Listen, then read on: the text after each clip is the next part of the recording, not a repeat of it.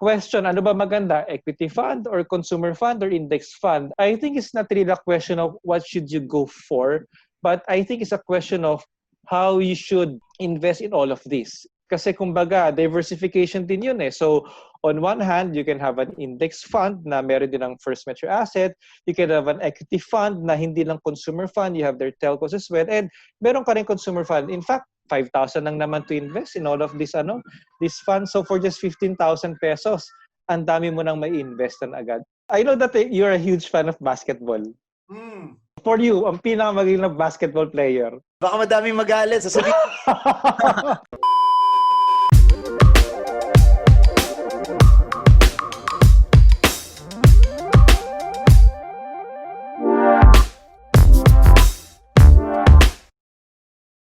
Okay, everyone, we're in for a very, very, very special treat. We have Rienzie Biolena, one of the top financial planners, advocates in the Philippines. And he's also one of the senior managers in First Metro Asset Management. Welcome to this edition of the vlog. Hello Marvin, and hello sa ating mga viewers of Marvin Germo, and to all investors out there. Good day to everyone, and then I hope that you and your families are all safe right now. Okay, you're known as a mutual fund guy / expert. 2020, coronavirus. Relevant pa ba yung mutual fund ngayon? I think that this particular coronavirus pandemic is a very, very limited opportunity for people to buy into the market. Most especially sa mga gustong mag-invest. Kasi I remember nung may mga kliyente ako na nag-8,800.91 ang market. You remember that? Ang daming takot, di ba? Ang daming takot pumasok kasi baka too fast, too soon, masyadong umakyat. And then of course, nagkaroon ng US-China trade war. But I think in hindsight, it's a good time to go in and really think about the market. Think of the 2008 recession. Ang dami ng takot pumasok. But all regrets are in hindsight. Kaya sinasabi ko sa mga gustong pumasok right now, look back, and this is a very, very limited opportunity to go in and to buy into the market. Most especially sa mga mutual fund investors. Ang maganda sa mutual fund kasi is that si fund manager, siya na bahala na pumili sa'yo, what stocks to buy, when and if to sell. So, instead of you na tanong ka ng tanong anong magandang bilhin, why not give your money to a mutual fund manager and then siya na bahala na bumili for you. So, I think that right now, maganda na naha-highlight din, most especially with all of these questions, where do I wanna buy, yung advantage ng having and investing in a mutual fund. Yung one thing na gusto malaman ng mga tao, especially for OFWs, people na wala masyadong access to go to physically open yung accounts nila, madali lang ba siyang buksan? Kasi after this video, madaming gusto siguro mag-invest. Pero how? How can I actually do it? And then we'll go into the specifics of the advantages later. Even before the new normal, ang dali-dali lang mag-invest in mutual fund.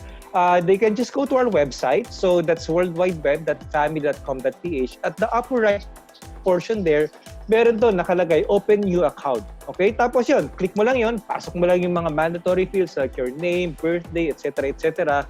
Of course, kailangan mo lang mag-upload ng ID, 3 specimen ng signature, and then that's it. You're on your way in opening your own mutual fund.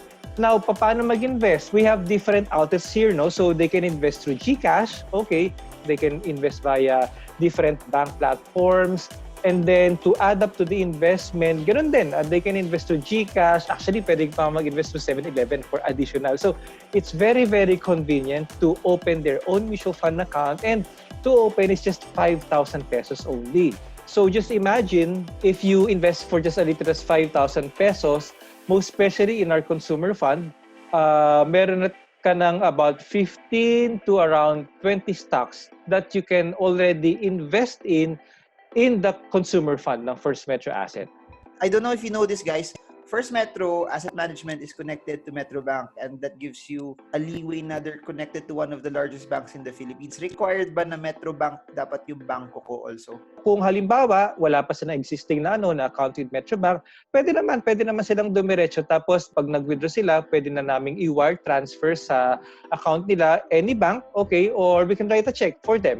para they can still get their gains from that investment in our fund. Do they need to have tin? Para sa mga OFWs kasi, some of them, baka wala yeah, na tin also. Pag OFW, hindi kailangan ng TIN kasi wala talaga silang TIN. Ang gagawin na lang natin is that, of course, if they have their own SSS or any other ID, okay, kailangan natin yun. Like passport, the government ID, company ID, kailangan din natin yun. Pero one ID na lang kailangan natin. And for TIN, of course, for OFW, hindi naman kailangan. Pero lalagay na lang doon na not applicable. Tapos lagay na lang yung reason kung bakit walang TIN. Lagay na lang na OFW. The reason why I asked that, sobrang simple na lang mag-start. Sobrang simple mag-invest. Kasi that's one of the biggest questions of people. Parang hirap naman yan, ano kailangan kong gawin, sino kailangan ko lapitan. So, hindi lang si Renzi yung kailangan nyo lapitan. We'll leave the link below para ma-access nyo lahat nung sinabi ni Renzi. Yes. Sign up. Ngayon, ito yung next. That's right. Ko. Kinakabahan ako sa mga tanong mo, Hindi naman. Kaya mo yan. Pag sobrang yaman, walang problema. Dalawang segment. Sa mga nakikinig nito, na wala pang background sa investing, ano yung advantage ng mutual funds sa kanila? That's one. Then sa mga taong may alam na sa stock market or at least nagsa-stocks na, ano yung advantage ng pag-mutual funds para sa kanila? The good thing about mutual fund is that little as 5,000 pesos, basket of stocks ka na. So imagine, 5,000 pesos, no-brainer na, okay? Kasi ando na sa loob ng fund, yung mga pag-i-investan mo, hindi mo na kailangan mag-isip. Kasi syempre, before you buy, kailangan i-research mo yung stock. Okay? Kunwari, gusto kong mag-stock market. So, ang unang tanong dyan, anong stock ang bibilin ko? Like right now, di ba, mababa ang market and because of the pandemic, maganda bumili ng consumer stocks, di ba? So, with the universe of consumer stocks, okay, iisipin mo, anong magandang consumer stock? So, Jollibee ba? Pure Gold ba? Ilang stocks ang bibilin ko? 2 ba? 3, 5, 10? So, with all of those questions, kailangan mo mag-research. Okay? So, it really requires a lot of those time and effort. Now, pag sa mutual fund, okay, ganito na lang, 5,000 pesos. Family, itong 5,000 pesos ko. And then practically, with First Metro Asset, through our fund manager, kami na bahala mag-trade. What stocks to buy, when to buy, if and when to sell. With our consumer fund and with mutual funds in general, diversified na yan. Minimum requirement, 5,000. Meron ka ng 15 to 20 stocks. Day 1, okay, naka-invest ka na. Para maka-PLDT ka, kailangan mo naman like 5,000, 6,000. Tama ba? Thereabouts? With the mutual fund, okay, with like us, with First Metro Asset, 5,000 pesos, hindi lang PLDT ang meron ka. Since nagbabago yung market, binabago din ng First Metro Asset yung composition sa loob. So, kumbaga, should we say parang autopilot na yung stock market investment mo? Hindi mo na kailangan magtanong, mag-message, tapos pupunta ka pa ng Facebook, makikichismis ka pa. Okay, we have our own Bloomberg with our technical analysis, fundamental analysis. So, as you work from home, as you work from site, okay, First Metro Asset is there to already manage your fund. Kaya nga tinatawag na fund manager, parang ganito na lang, parang meron kang sariling Marvin Germo.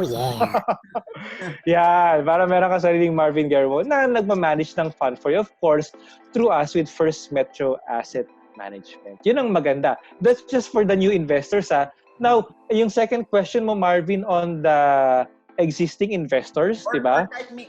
May alam na nag-research na naka-YouTube na ng konting stock market or naka-Wikipedia na ng the basics of the stock market. Given that that's right, you are skewed na ang dami mong alam sa mutual funds, over 40 plus years of experience in the mutual fund. 40 I-off na natin to. Ano yung sa tingin mo, nakita mo advantage sa mga tao na madami kasing nanonood nito, entrepreneur, accountant. Yes, right. They may not have the time to check valuations. They may not have the time to check the individual stocks or to do a sectoral analysis. I always tell people that I really believe that investing in the stock market is something that everyone should try. But that being said, yes, of course, hindi naman lahat pwede or hindi naman lahat talaga kaya siyang gawin. So, that para sa mga taong you believe hindi kaya, ano yung underlying advantage? I know that you're a huge fan of basketball. For you, ang pinakamagaling na basketball player. Baka madaming magalit. Sasabihin For you lang, personal opinion. Sabihin ko Steph Curry. Warriors ako pero they're not doing so well Madaming mga galit na LeBron. Comment below if you're a LeBron fan. Or okay. Subscribe. Okay. But yeah, Steph Curry. Sige, for Marvin Germo, Steph Curry. Okay, now for example, do you think, okay, one-on-one with Steph Curry, sinong mananalo between you and Steph Curry? Nakatali siya sa puno or or pantay.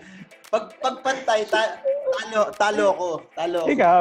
Or for example, sabihin na lang natin kunwari, ordinary basketball player, di ba, naglalaro sa village, paliga-liga. Kapag nakipagwanan naman siya kay Steph Curry, who do you think will win? Steph Curry. Okay, exactly. So, I think, pagdating sa market kasi, what you have there as fund manager is, kumbaga, mga veterano na to eh. Parang ito yung mga Steph Curry, Michael Jordan, and LeBron James and who have you, di ba? So these are people who have been in the market for like decades, 20 years. Ay nako, pag nakita yung mga fund manager, mga talagang mapuputi na yung buhok. Pero some are really young, no? And young looking as well. But kumbaga, babad sila sa market and these are veterans already. And for you as an individual investor, like halimbawa, bibili ka sa isang bank or isang issue na nasagap mo lang sa chismis with your, kunwari, hard-earned money na 1,000, 2,000 pesos. Tapos yung fund manager pala na yon, umaalis dun sa stock na yon, di ba? So, tapos ang hawak niya is billions of pesos. So, kumbaga parang you're going against the grain. So, hindi ka talaga makakasabay. With a mutual fund manager like First Metro Asset and with a mutual fund, you are, kumbaga, riding on Steph Curry and all of those veteran. No? Sa basketball, makikibet ka na lang, makikisakay ka na lang with all of this fund manager leveraging on their expertise on how they do the market. And apart from that one, yung fees din, no? Kasi I know pag nagtitrade ka, you pay taxes, you pay yung mga capital gains, whatever, no? So, kumbaga with the fund manager, since malaki yung fund na hinahawakan niya, mas nakakatipid ka sa fees. That being said, maganda rin na, you get your feet wet also with the stock market. Kakategorize ko, no? Kung tingin mo, pasok ka sa category na to, I think better na mag-mutual funds ka. Number one, emotional. Sabi mo rin, basketball player, kung the game is down the line, kailangan mag-free throw. Kung tingin mong kinakabahan ka, na your nerves will get to you, baka better mutual fund ka kasi stock market's very emotional eh. You said it already a while ago, pag mataas yung market, takot yung tao kasi mahal. Pag mababa yung market, takot din yung tao. Right. Bumaba lalo. So, ang tawag namin dyan is risk composure. Pag si Renzie nagsabi, mukhang pamatalino talaga yung mga terms. Amazing. Nabasa ko lang. Kung tingin mong emotional ka, it might be better to let the Steph Currys or the fund managers do it. That's one. Another thing na naisip ko is, if you don't know how to do the portfolio allocation for that, baka better mag-mutual funds ka. Then, the more complicated part, stock selection. So, if you don't know how to study yung valuations and kung maganda or mura yung company or nag-grow siya, maybe mutual funds are for you. Then, para sa akin, lastly, element ng time. If you cannot answer what are your reasons to buy and then what are your reasons to sell, maybe mutual funds will be better. And madaming tao gustong mag-invest kasi everyone hopes naman na binili ko yung stock ng piso, magiging 10 piso siya someday. And you can buy based on hope eh. If you fall under that category, as much as I would like na mag-invest ka sa stock market, baka mutual funds might be better. Pag sa funds kasi, like for example, meron muna yung model portfolio eh. Pag sa model portfolio, kumbaga, okay, ito yung target na return ko. So kunwari, let's talk financial planning. Kailangan ko ng 10% per year para lumaki yung pera ko to go to this amount. So kung kailangan mo ng 10% per year, gagawa ka ng stock portfolio, right? So with your stock portfolio, gagawa ka ng model portfolio. So unang tanong dyan, saan mo ilalagay yung pera mo? So kumbaga, anong sector? Banking ba yan? Or telco? O mining? Diba? Tapos meron pang hati-hati yan. That's true, no? If you really cannot really give time for that, better go for mutual funds. Kasi pag sa mutual funds naman, every so often, like, lalo na kami sa family, we give market briefing, market review. So as you learn the market, better na mag-mutual funds ka. And alam naman natin na 70% ng ating GDP is consumption. Diba? Sabi nga natin, yung twin pillars ng ating economy is OFW remittances, and yung BPO sector. With that basis of our economy, then First Metro Asset really decided na dapat meron tayong consumer fund that rides on the consumption of Philippine society. Gusto kong sabihin sa lahat ng mga tao that there's no such thing as the best investment.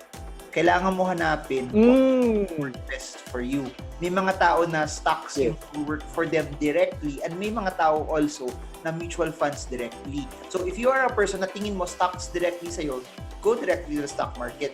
Or tingin mo na mutual fund ka na type of person, dun ka rin maglagay. Kasi you don't have to force yourself into an investment na sinasabi ng ibang tao, yun yung the best, pero hindi naman siya talaga para sa'yo. Sabi mo, nung nag-GCQ, nagsilabasan yung mga tao. At para sa akin, in my personal experience, I saw my wife started to go and buy that milk tea from the shop that she always wanted to go. It just goes to show that yung Pilipinas, we are still a consumption-driven economy. So, ano yung paniniwala mo na as long as malakas gumastos mga Pilipino, buhay ekonomiya natin? At paano makakapag-invest ang normal na Pilipino dyan sa paggastos ng Pilipino, ng bawat Pilipino? 70% ng GDP natin is consumption. Okay? Consumption. Ilan percentage yung sa mga misis na mahilig mag-add to cart? 200%. 70% of our GDP is consumption. Then, it really makes sense to invest dun sa pinupuntahan ng 70% na yon ng consumption. And what are those? Those are really consumption stocks. So, since nakita ng First Metro Asset na, 70% of our economy is consumption, then why not create a fund that rides on that consumption-driven story of the Philippine market. That's why we created yung first consumer fund. So, just to share with you, these are some of the stocks na laman ng consumer fund. So, we have their Universal Robina. So, ano yan? Mga chichirya. So, mga Pinoy, nagchichirya yan. You have their Jollibee, di ba? Nung nag-relax ang GCQ, and I think even during the community quarantine, may mga nagtitake out or drive-thru ng Jollibee. Pure Gold is also there. Yung mga nagsusupermarket, di ba? You have their San Miguel, 7-Eleven is also there. So all of these stocks and more are into the consumer fund. So what are we saying? Since you want to invest for the future, like education fund or even for retirement, and if you really want to grow your money through this consumption and this company, then you can invest in these consumer stocks in First Metro Assets Consumer Fund. Yun ang maganda sa kanya para different flavor. Question, ano ba maganda? Equity fund or consumer fund or index fund? I think it's not really a question of what should you go for, but I think it's a question of how you should invest in all of this. Kasi kumbaga, diversification din yun eh. So, on one hand, you can have an index fund na meron din ng First Metro Asset. You can have an equity fund na hindi lang consumer fund. You have their telcos as well. And meron ka rin consumer fund. In fact, 5,000 lang naman to invest in all of this funds. So for just 15,000 pesos, ang dami mo nang may investan agad. And diversified ka na. So just imagine, for 15,000 pesos, meron ka ng 3 fund. Tapos, ang hawak mo, 3 lang. Kung dumiretso ka sa stock market, for you to have all of those underlying stocks dun sa mga funds na yon, it would really take you like what? I don't know, 50,000 maybe around, just to mimic and mirror them already. So, yun ang maganda with the consumer fund ng First Metro Asset. You ride on the Philippine consumer growth story without having to do your own research and study and time and etc. While you were saying that, ito yung unang tumatak sa isip ko eh. Kung mahilig ka gumastos sa grocery/supermarket na to, mahilig ka bumili ng corned beef, hotdog, kape ng company na to, or mahilig ka pumunta sa fast food or sa restaurant na to, why not settle na consumer ka lang? Why not ride it na habang gumagastos ka dun, part ka rin sa pagkita ng company. Mabilis lang kasi maubos yung pera eh. Sobrang ay nako. Kung hindi mo siya sinegregate na intentional to invest into something, very masasayang. And I think what you said is very, very important kasi it adds a layer of responsibility sa mga tao na hindi lang ako magiging customer, magiging may-ari din ako. Na imagine yung feeling na habang hinahawakan mo yung hotdog na binibili mo, parang may pride na part owner ako nito. I have ownership in this. And I think that's what you're actually saying. Right. Or maski hindi ka bumili doon, pero nadaanan mo, parang, uy, part owner ako dito. Yan. Yun ang maganda doon. And already na hindi lang siya pang mayaman, kailangan mo lang kahit 5,000 pesos, pwede ka. Yes. And it's a good entry level. Yes. And I've done a lot of simulations talaga, Marvin, no? 5,000 per payday or 1,000 naman, given enough time, magiging million lang talaga. You've been investing for quite some time sa mutual funds para at least ma-encourage din yung mga tao. Satisfied ka naman sa returns mo, you're happy naman na it's really something na based on your experience, nakakapagbigay din talaga siya ng long-term growth and wealth. Yes. Lumalaki talaga siya. Maganda pa sa mutual fund is that mabilis mo siyang mabibenta. Like, for example, if you withdraw today, after 3 days, 7 days, makukuha mo na agad yung pera mo. Pag real estate, it'll take you like months pa, di ba? For me, maganda siya na part of your diversification strategy. Of course, down ang market ngayon, pero sale period So, actually, mas magandang bumili ngayon sa mutual fund for the eventual upside. When you said, pag nag-real estate ka, kailangan mo pa siya ibenta and it will take some time versus mutual funds, pwede mo ibenta kagad. Please remember this. When you go the real estate route, it also takes a set of skills for you to be able to sell it. Pag nag-mutual funds ka, wala nang set of skill. You just have to say na gusto mo siya ibenta, mabibenta mo siya kagad. Well, no marketing needed, no sales needed, no showing your property or condo to a lot of people. Tapos wala pang tawaran. So, sa totoong buhay, it doesn't happen that way na ganun din kadali magbenta ng property. When you are going the mutual fund route, it's just, benta ko ba siya today or tomorrow ko siya benta. It's not something that fits everyone. It's because naman lahat ng tao mahilig mag-customer service, di lahat ng tao mahilig mag-marketing, di lahat ng tao mahilig mag-sales, di lahat ng tao mahilig magtawaran. So, if you want to skip all of that, baka better yung mutual funds versus real estate. Yeah, that's right. Fill up ka lang ng form, that's it. Okay, tapos na. Ngayon, ito question ko. Being one of the top financial planners in the registered financial planning industry, for people, and yung audience like in my channel, this will come out on YouTube, is 25 to 45 years old. Assuming na may savings sila, wala silang utang, tuloy-tuloy pa rin yung pagpasok ng pera nila, and they will save up the money for until 60. What is a good rule of thumb na percentage of their income that they should put in mutual funds? They can start with 10% their net income para at least, they just build the habit of investing. And ang maganda is that, mag-automate lang sila. Mag-automate sila. So, maganda sa First Metro Asset, we've partnered with different banks. If you have Metro Bank or even BPI, pwede mag-automate ng inyong investment para hindi na yung nakalimutan ko or maganda ba bumili. Basta yung tinatawag na peso cost average. So they can start with 10% just to build a habit. If they wanna upgrade or they wanna build up the habit from 10%, then they can make it 15 and 20%, okay, para to build up their fund. For example, nag-increase sila, I'm putting 10% sa mutual fund ko, then they decide, I'll put 20%. Kaso, on the 5th year, after 5 years of doing that, bigla silang na-promote. So their salary will become higher. Do you suggest they make the 20% or since lumaki yung take-home nila, they lower it already kasi they can put in the same amount? I do the opposite route. They can increase their contribution. Before your salary, sanay ka na namang mabuhay without that 2,000 pesos. Pwede rin 20% of your increase, di ba? Huwag kang add to cart. Oy, meron akong extra 2,000, add to cart, di ba? Huwag kang add to cart. Mag-add to investment ka rin. I'm a big believer of kung not just focusing on your salary. So, my suggestion, kunyari may uso na ngayon side hustle, meron kang side hustle or other sources of income. Ako, this is what I did. Na sobra kong kinikita, ini-invest ko lahat yun. So, pwede nyo rin gawin yun. From your salary, okay yun, 20%. 20% yun consistent. Pero if you start earning more, yun yung sinasabi ni Renzie na additional na lahat yun Since additional lahat yun, put it in your investment. Pondohan nyo muna yung pangarap nyo versus pondohan yung pangarap at negosyo ng ibang tao. Right. It's time that you think about your future also first. Kasi no one will think about your future more than you. If you are not investing for yourself, you can't expect everyone else or you can't expect your company or your boss to make you rich. Please remember this, for those that are watching. The responsibility of your boss and your company is to give you financial security. It's your responsibility to give yourself financial freedom. Kasi hindi naman nila responsibilidad na payaman. Ikaw dapat yun. We talked about na yung consumer economy ng Pilipinas.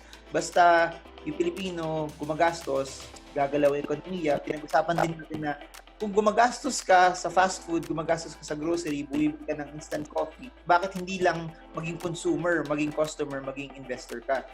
Yung question ko, kung ngayon ko gagawin yan, mag-i-invest ako ngayon, kikita ba talaga ako? Ano siya sa long term? Safe ba ako? Safe ba yung pera ko na 10, 20 years from now, it will be something na magiging masaya ako pag nag-invest ako ngayon? We really position the consumer fund as for a long-term goal. Okay, so for example, if you have a goal like 5 or 10 years down the road, investing in a consumer fund is a very, very good way to appreciate your capital. Of course, there would be bumps on the road along the way. Talagang right now, no, choppy ang market, magda-down yung 0.5, 1%. But hey, like, you know, if you have 15 years down the road, what's 1 or 2 years of recession? So if your retirement is like what, 30 years down the road or 15 years down the road, what's 1 or 2 years of recession at 30 years pa naman ang natin, ang retirement natin. And in fact, if I still have like 30 years or 20 years in retirement, times such as this, no, times such as recessions, okay, market pullback, is really a good time to go in and buy more shares. Kasi alam ko naman na 30 years, ay, parang lang yan, uubo lang ang market because I have my consumer fund for my long-term investment. So again, guys, we really don't position equity-laced funds na yung mga pang Boracay nyo next year or yung mga pang Japan nyo next year kasi talagang hindi mo masabi ang stock market for the short term. But for like your long-term investments, 5, 10 years down the road, okay, the stock market is a very, very prudent way to beat inflation and to make your money grow and fund your dream. I encourage you na while this is all happening, don't just let this video, lahat ng in-explain ni Rienzie, come to waste. Kasi you don't execute, you don't invest. Yung ginawa lang namin dito, in-entertain kayo. Sana natuwa kayo sa mga jokes ni Rienzie. I hope that yung strength nitong video na to is something that will allow you to execute. It's something that will allow you to start. Because the only way for you to find out if it works, the only way for you to find out that it's a good investment is to try. And yung 5,000 na yan, ang dali magastos niyan eh. Might as well put it in something that will let you grow your wealth. And as your wealth starts to grow, dun yung bilhin yung luho nyo. Kasi sayang eh. Yes, right. When Rienzie was saying that it's something that will grow your money for the long term, totoo eh. I've been investing for more than a decade, and the reason why I'm saying that is I can really attest that investing, yung tinanim mo 10 years ago, aanihin mo rin siya eh. Investing in mutual funds is not get rich quick, but it's get rich life. Investing in mutual funds is not get rich para may kakainin ako for the next 2 weeks. Hindi eh. Investing in mutual funds is for if you want to build a nest egg of wealth that you can use later on. It's not para magkaroon ka ng kahit isang tuka na pagkain. It's something that's there to make you multiply what you already have. So, I highly encourage you, study, but don't just study. Use the time to execute because you will never know until you really find out eh. Kasi if you don't try it, all of this will just be concepts. All of this will just be academics. Yes, all of right. It has to come to a point that you experience it for yourself that investing works, that investing is the game, that instead of you buying your 11th rubber shoes, na rubber shoes na yan, i-invest mo na lang. For those that want to open an account, can you say it? What are the step-by-step details for those Yeah. Okay. So, of course, we're a new normal right now. But, of course, anywhere that you are, you can open an account with First Metro Asset. So, you can just go to our website. Everything is there. The people behind, the management team, fund manager natin, worldwideweb.fami.com.ph. Okay. If you want to open an account, at the upper right portion, there's the Open Your Account button. So, just click it. You can also call us in our numbers for Metro Manila. That's 8891-2860. For Cebu, that's 0325205696 or 0822939054. You can also send an email to us. It's FAMI, that's FAMI at firstmetro.com.ph, and one of our relationship managers would be contacting you in this regard. You can also follow First Metro Asset in our various social media. So we have an IG, okay. We also have our own Viber group, and we also have our own Facebook page. So just look for at First Metro Asset. And if you wanna get in touch with me directly, bibigay ko ng aking mobile number. Okay, it's 0917-517-1116. That's 0917-517-1116. So text me, tapos I'll get back to you ASAP. Sabihin nyo lang na from this vlog ni Marvin para alam ko na high priority. High priority. Basta from Marvin's vlog, high priority yan wherever you are in the world. Okay, so guys, we're trying to create this so that it's not just information but we're giving you a chance to execute. Kasi sayang babalikan nyo tong video na to 10 years from now, either thinking na sana nung napanood ko yung video, I actually started, versus sana nag-invest na pala ako kasi kung hindi ako nag-invest, sayang yung opportunity. And binigay ni Rienzie number niya. Guys, that's for investment advice. Huwag niyo siya utangan. Kahit alam natin na sobrang dami niyang pera, huwag niyo siya utangan. Okay? You don't ask rich people like Rienzie for money. Ask him, paano niya nagawa yun? Okay, Rienzie, final words for people that want to invest. Go. Ladies and gentlemen, so followers ni Marvin, thank you for being with us. So just remember, if and when you invest, always have a goal in mind. Okay, kumbaga retirement, education fund, okay, set a timestamp for it, kailan nyo kailangan. And for your investment for the long term, invest in First Metro's Consumer Fund, because with this, you can ride the consumption growth story of the Philippines and then just enjoy your investment gains in the future. So thank you everyone for listening to this video. I hope you guys stayed. Now comment below if you stayed up until the end. Comment if you're learning also. Comment if you want more content like this. But again, as much as I want everyone to invest in the stock market, if you think this is for you, now is the time to act. Put a small amount. Put a very, very small amount that to at least give you exposure, because if there's no skin in the game, there's no game at all. So put that small amount and then see. If you think it's not for you, then at least it's just a small amount. But if you think it's for you, that's the time you double down and you put money there. And I highly encourage you, don't just use this video. Keep on studying, keep on researching. And as you research, when you gain that confidence, that's when you can add more. Because in the world of investing, the more you know, nawawala yung anxiety. Alam mo yung pinapasok mo, nagkakaroon ng confidence that will allow you to have the conviction to earn more. And if there's one thing I know about investing, it's conviction in where you're investing. It will allow you to earn money.